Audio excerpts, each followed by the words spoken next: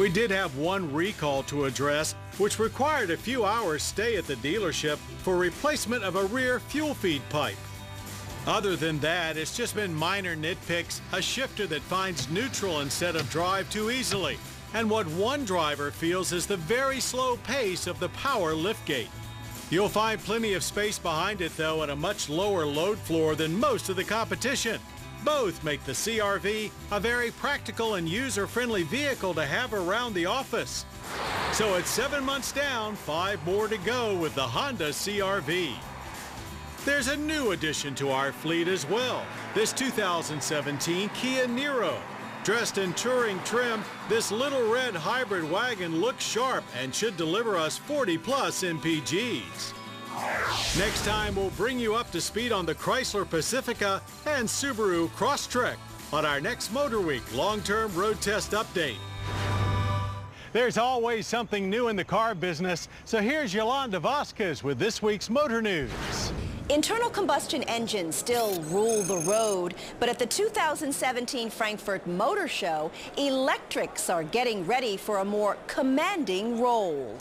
The show's star was the Mercedes-AMG Project ONE.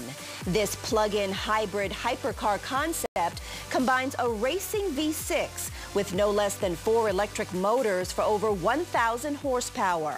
More practical is the Mercedes-BENZ Concept EQA, a second member for their upcoming EQ electric sub-brand. Or how about this Mercedes-Benz GLC F-Cell with ultra-compact hydrogen fuel cell and battery technology?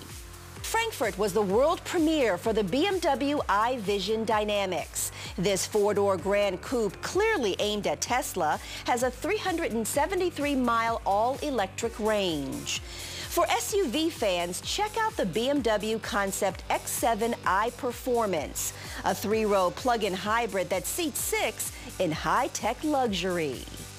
Even Mini's iconic 2-box design sees a brighter future with electric power.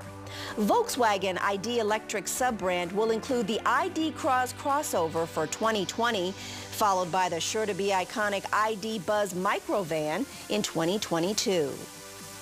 Audi is predicting electric autonomous driving with the AUDI Aicon.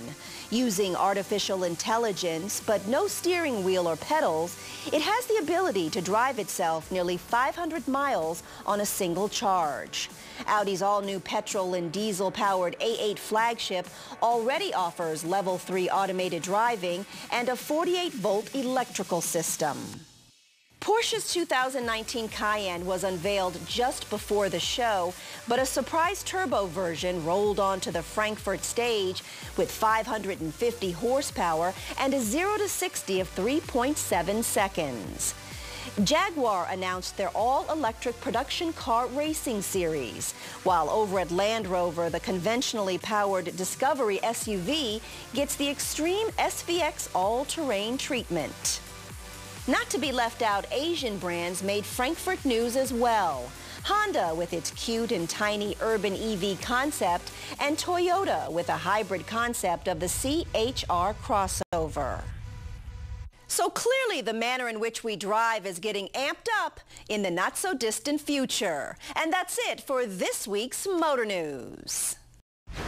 There's no doubt that Porsche's relentless refinement has been a major key to their success over the years. Another is giving people exactly what they want. Entry-level 911 Carrera, they've got that. Need a little more? There's the S. More still? Well, that's where the GTS comes into play.